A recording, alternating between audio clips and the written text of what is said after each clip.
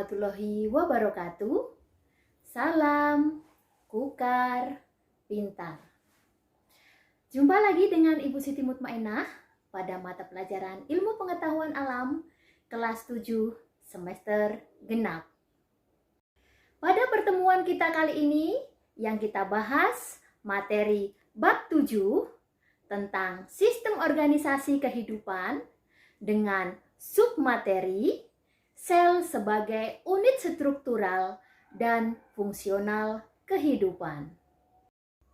Untuk pembelajaran kita kali ini, buku yang kita gunakan masih sama, yaitu buku Ilmu Pengetahuan Alam kelas 7, kurikulum 2013, edisi revisi 2017, yang diterbitkan oleh Kementerian Pendidikan dan Kebudayaan Republik Indonesia.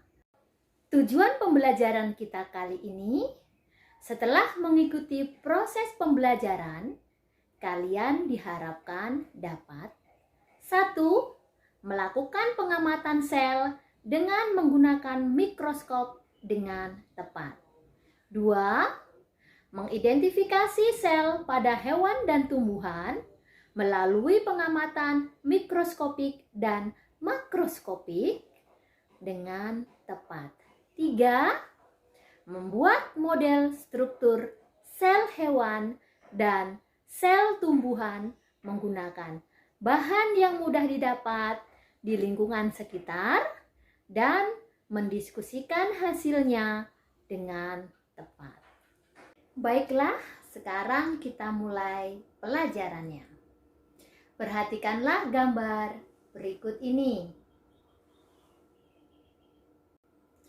Pertanyaannya, 1. Sel-sel apa sajakah yang menyusun tumbuhan dan apakah fungsi masing-masing sel itu? 2.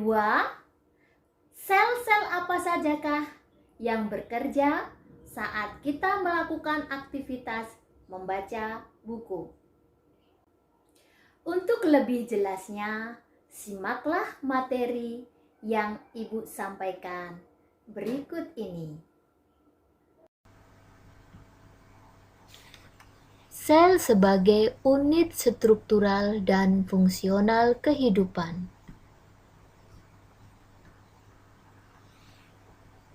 Berdasarkan ada atau tidaknya membran inti, maka sel dibedakan menjadi dua, yaitu sel prokariotik dan sel eukariotik. Sel prokariotik adalah sel yang tidak memiliki membran inti. Contohnya sel pada hewan bersel satu. Sedangkan sel eukariotik adalah sel yang sudah memiliki membran inti. Contohnya pada makhluk tingkat tinggi. Bagian-bagian sel. 1. Membran sel. 2. Sitoplasma. 3. Inti sel. Dan 4. Organel sel. Fungsi bagian-bagian sel. 1. Membran sel. Membran sel berfungsi sebagai tempat terjadinya pertukaran zat, melindungi sel. 2. Sitoplasma. Sitoplasma berfungsi sebagai tempat mengapungnya organel sel, merupakan cairan sel.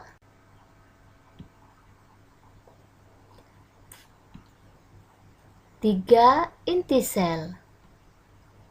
Inti sel berfungsi sebagai pusat aktivitas sel,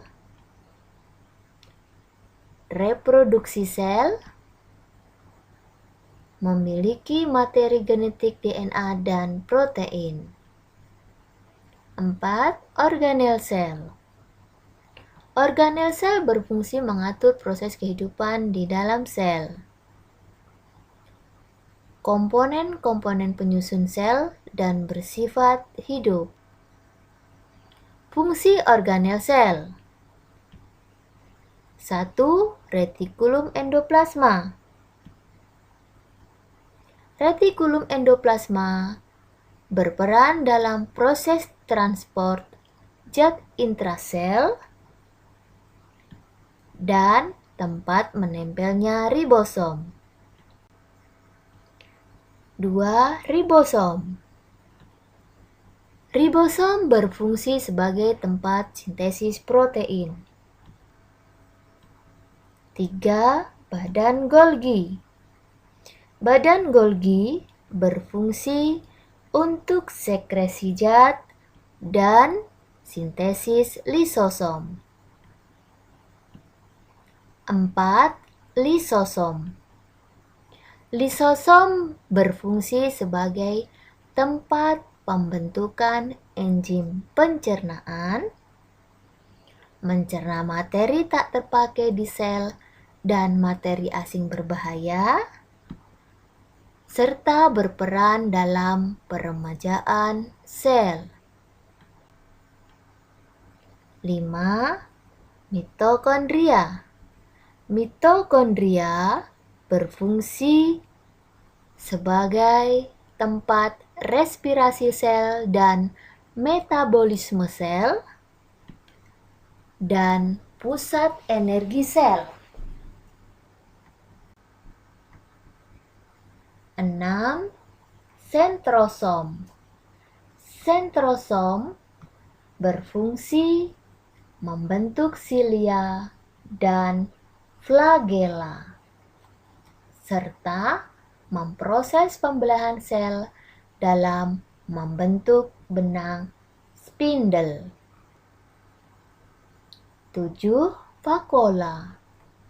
Vakuola berfungsi sebagai tempat untuk menyimpan cadangan makanan sekaligus menyimpan zat-zat yang akan diekskresikan.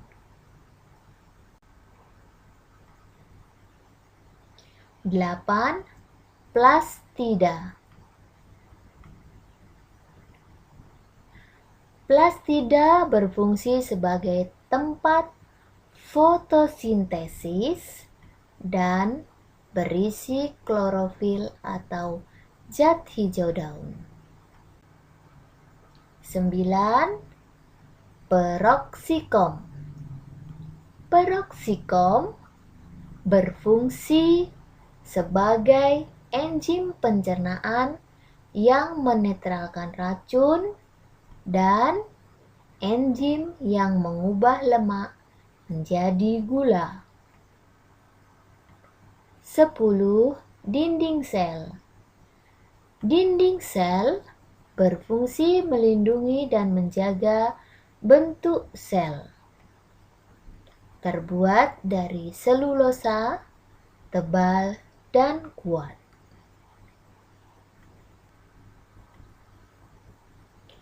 Selanjutnya, perhatikan gambar sel tumbuhan beserta bagian-bagiannya berikut ini.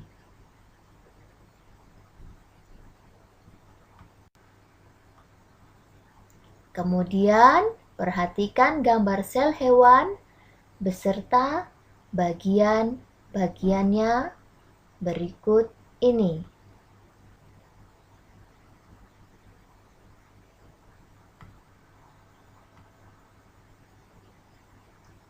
Sekarang, perhatikan dengan seksama perbedaan sel tumbuhan dan sel hewan pada tabel berikut ini.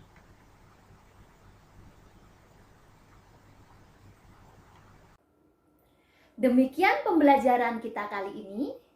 Mudah-mudahan apa yang sudah Ibu jelaskan dan uraikan dalam video pembelajaran kali ini dapat kalian pahami. Untuk lebih memahami, kerjakanlah LKPD berikut ini. Untuk LKPD, kerjakanlah kegiatan yang ada di buku siswa pada halaman 5, 6, 7, 8, dan jawablah pertanyaannya sesuai dengan perintahnya. Sumber referensi yang Ibu gunakan yaitu bersumber dari buku-buku dan internet berikut ini.